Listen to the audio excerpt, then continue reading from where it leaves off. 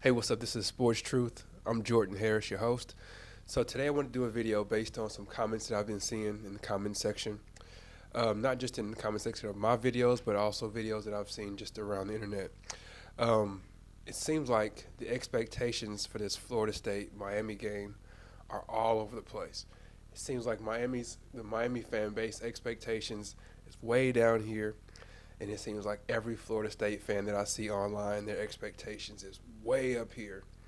And I think that everybody's expectations should be a little closer to the middle, which is why I want to make this video just to explain why it should not be a shocker if Miami beats Florida State. Not a shocker at all. There's a lot of different reasons we'll go over today. I would love to hear your comments to see if you think that I'm crazy, and then maybe we can revisit this after the game because I really would not be shocked at all if Miami beats Florida State this Saturday. So the first reason why I think people's mentality should be a little closer to the middle instead of Florida State fans thinking that they're going to win 28 to 0, they're going to be winning 28-0 in the first quarter. And every Miami fan I talk to, they think we're going to be losing 28-0 in the first half. I think people's expectations should be towards the middle. Part of the reason why is the talent level. I think people expect or they assume that the talent level between Miami and Florida State is this big, huge, wide spread, but it's not. Actually, if you look at these numbers, this is numbers that I pulled from 24/7 Sports. I frequent that website quite a bit. So these are the numbers that I pulled from 24/7 Sports. I put this nice graphic together for y'all. But this is just like the 4-star players and 5-star players. This is a comparison, okay? So if you want to look at the top line, so right here we're talking about 5-star players. Florida State on their roster right now has one player that came in ranked as a 5-star player. Miami has 4 players on their roster that's ranked as a 5-star player. And just for comparison, I had to put Alabama on here because they've been the dominant team over the last decade or so. So I wanted to compare Florida State and Miami to the most dominant recruiting and I guess playing team in the nation for the last 10 years or so. So again, 5-star players, Florida State 1, Miami 4, Alabama 18. And then let's say we drop down to 4-star players because those are important as well, right? 4-star players, Florida State has 26 on their roster, Miami has 43 on their roster, and then Alabama has 58. So, I mean, you can look at this, you can look at these numbers, you can see why Alabama has been a powerhouse for the last few years. I mean, they're in the top 5 as far as the recruiting classes every year for the last who knows how many years. If they're not in the top 5, then they're probably like number 7 or number 8. Yeah, I mean, when you look at the talent on the rosters, Miami looks to have more talent than Florida State has just by these sheer numbers. And I'm sure these numbers will surprise a lot of people because they kind of surprised me. But there was a reason why I went to look at these because I wanted to show and prove that Florida State does not have far more talent than Miami does. Not even close. So let's go to the next topic that we want to talk about. So let's just compare position rooms. Okay, so let's talk about the offensive line room at Miami compared to Florida State. If you ask me, I think they're almost dead even. Then we move on to the defensive line. Defensive line, they have a first-round draft pick on their defensive line, and we have a first-round draft pick on our defensive line. They're about the same. Wide receiver group, I don't think we have a receiver as good as Coleman because Florida State's Coleman, he transferred into Florida State this year. He seems pretty outstanding to me. His athletic ability is ridiculous. His hands are ridiculous. I don't think we have a receiver as good as him. But I think outside of Coleman, it seems like probably if you compare Miami and Florida State's receivers, we probably have the next 2 or 3 best receivers that would be in that group. Okay, so let's talk about the defensive backs. I think we have a better defensive back group than they do by far, actually. I think we have the best safety tandem in the nation with Kinchins and Williams. Talk about the running back group. I think our running backs are pretty even as well. We have a freshman that's been killing it, and they've got a transfer that came in, I think, last year, and he looks pretty exceptional too. So I think the running backs are about even. Linebacker groups, I think they're about even. So I think everywhere is pretty much even keel. I think they have the advantage wide receivers, but everywhere else I think we're pretty close. But the one thing that we got to talk about, obviously, is the quarterbacks. So they have a definite advantage when it comes to quarterback. Let's not even like beat around the bush. They have a definite advantage when it comes to quarterback. We're all aware, that's Florida State and Miami fans, we're all aware of Tyler Van Dyke's struggles. I think he has maybe 11 interceptions this year. The dude has been a turnover machine. He's turning the ball over with interceptions and fumbles. He's giving the ball to the other team multiple times every game. And I actually saw that we lead the nation in turnovers per game, which was crazy to me. Like, I think it's 2.3 turnovers a game or something like that. But we're leading the nation in that. Miami is. So, yeah, I'll talk about the quarterback from Miami's perspective. My hope is that we start, and I know this is going to shock some people, but my hope is that I've already put it on the board that I want to get TVD on the bench for the rest of the year. Just say that the injuries caused him to just miss the rest of the year. I want to do that. That's on the table. I made a video about that already. But when it comes to this game, the player that I would like to see start is actually Ja'Carry Brown. And the reason why is because it's either Williams or Brown, right? And I know if they start Williams, they're going to have the same offensive game plan that they had against Clemson. It's going to be the same one where they do bubble screen left, bubble screen right, run the ball, bubble screen left, bubble screen right, run the ball, run the ball. They're going to do that over and over and over and over. So my thought is if we're going to do that with Williams, we might as well put Brown in there and just add an aspect to the game, which is being able to run the ball with the quarterback. If Williams is in there, it's going to be bubble screen and then run with the running backs. But if you put Brown in there, you're actually saying, okay, we can bubble screen over there, we can run with the quarterback, and we can run with the running back. So it adds a dynamic to the offense that I think we actually are going to need. We just need to make sure whoever plays, whether it's Tyler Van Dyke, Williams, or Brown, whoever plays, we do need to have a real – I mean, I know y'all going to hate to hear this, but it's going to have to be a simple, vanilla, safe offensive game plan because I think all three quarterbacks are going to be in danger of having 2 or 3 turnovers. So whoever is starting, we need to have a vanilla offense. Hopefully they got some kind of trick play that they can run and get 7 points out of, put some pressure on Florida State.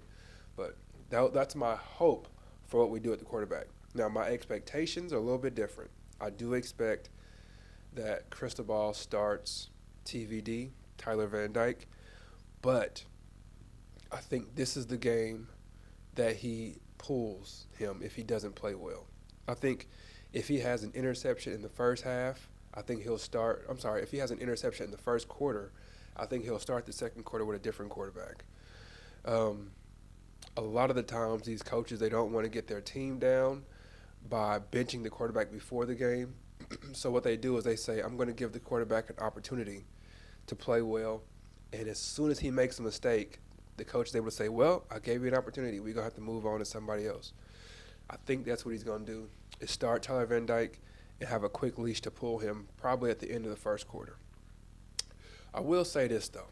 So what frustrates Miami fans, and I'm sure what's frustrating the offensive coordinator and the head coach at Miami, is as good as Tyler Van Dyke can be, he can also be that bad. So we've seen him look extraordinary, especially like when he took over a couple of years ago and he played like the last 4 or 5 games. He came in, like he played so well in those 4 or 5 games that people had him in the Heisman talk for the following year. So he was able to look that good. And then we've seen where it's like he's played so bad where we say, how is this dude even starting for Division I school? So he can play extraordinarily well, but he can also play extraordinarily bad, like terrible. And that's part of what frustrates everybody. But I will say, if he does start and he plays a good game, if we look at this and be like, why hasn't Tyler Van Dyke been playing like this? If he plays if he looks like the good version of Tyler Van Dyke that we haven't seen in forever, if he looks like that, Miami will win this game. I can tell you that for sure. If he looks like the good Tyler Van Dyke, Miami will win this game. Because the only disadvantage that we really have, I mean, They have the advantage at wide receiver, but the only disadvantage that Miami really has in this game is quarterback. And if our quarterback can play to the level that a lot of us have seen him play, we'll definitely win this game. I would actually bet money on Miami if I knew that Tyler Van Dyke was going to play a good game. Okay, now let's move over to the Florida State quarterback, Jordan Travis. Jordan Travis and I, we share a first name. I'm Jordan Harris, obviously, but we don't share anything else because the fact that he would choose to go to Florida State says a whole lot about him. No, but really though. So he has 19 touchdowns, 2 interceptions this year. If you followed this channel so far, you'll know I've talked about 2 different types of throws when it comes to quarterbacks. The first type of throw that I've talked about is a what the heck throw. That's what I call it. So a what the heck throw is when your quarterback gets a little pressure in the backfield. Maybe they feel the blitz coming, or maybe they feel the defensive end coming around, and they throw like what you would consider an uncharacteristic throw that might hit a linebacker like dead in the chest, and you'd be like, what did the quarterback see on that play? Like, that's what I call a what the heck throw. You don't see those kind of throws from the big stars like Penix. I think it was like Penix that plays for Washington. You don't see him do those. You don't see, I guess you'll see Caleb Williams every now and again because he's just trying to do too much. But these what the heck throws where they just get overwhelmed and they throw it into a position on the field and you be like, there was not even a receiver close to catching that. What was he seeing? Kind of like what Tyler Van Dyke did against North Carolina State when I showed in my last video where the middle linebacker just missed it and it hit him right in his chest. So the first type of throw is what the heck throws. The second kind of throw is what I call falling apart throws. So those always come after a what the heck throw. So whenever you see a quarterback throw something, you go, what the heck was he looking at? And then they come out the next possession and they throw a ball that's even worse than that. And then they look like they got happy feet and they're seeing ghosts and they're dancing in the backfield even though nobody's even close to them. That's what I call falling apart throws, where a bad decision compiles to another bad decision and then another bad decision and then another bad decision. You're like, this quarterback is falling apart in front of our eyes.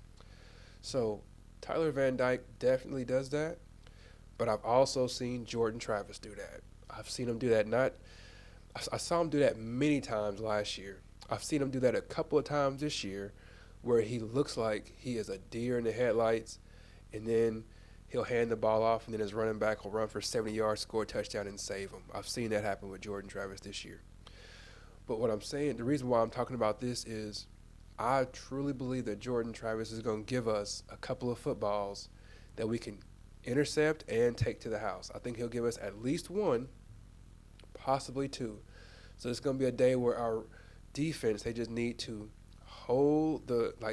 be real consistent in their run block, or not in their run block, but in their run press. So be real consistent in that and not get out of the lanes and let the running backs take off for 70 yards down the field. We've got to contain the run, and I would really try to force the pass from Jordan Travis because I definitely see him turn the ball over at least one time in this game. And if he turns it over early in the game, there's a real good chance that he throws 2 more interceptions. So I'm thinking he's going to throw at least 1, possibly 2 or 3. So I'm putting that out there right now. Not a hope, but that's just what I really believe. So, again, I think that the confidence level has been crazy from the Florida State fans. I'm hoping that their players are just as arrogant and overconfident as their fan base is. And I'm hoping that the Miami players aren't as down on themselves as a lot of the fan base has been, because they got to have some heart, go out there and play the game and see what happens. But yeah, that is all that I have for you today. Please do like the video, subscribe to the channel. We do have a goal of reaching 1,000 subscribers by the end of the year. It's November 10th today, so we've got about 50-something days left. So please like the video, subscribe, share, tell your friends about it. Looking forward to creating more videos for you. If you have any questions, comments, please do leave those in the comment section. I'm really active in the comment section. I typically respond, if not to every comment almost every comment. So thank you for watching the videos. I appreciate your support. God bless. Take care. Peace.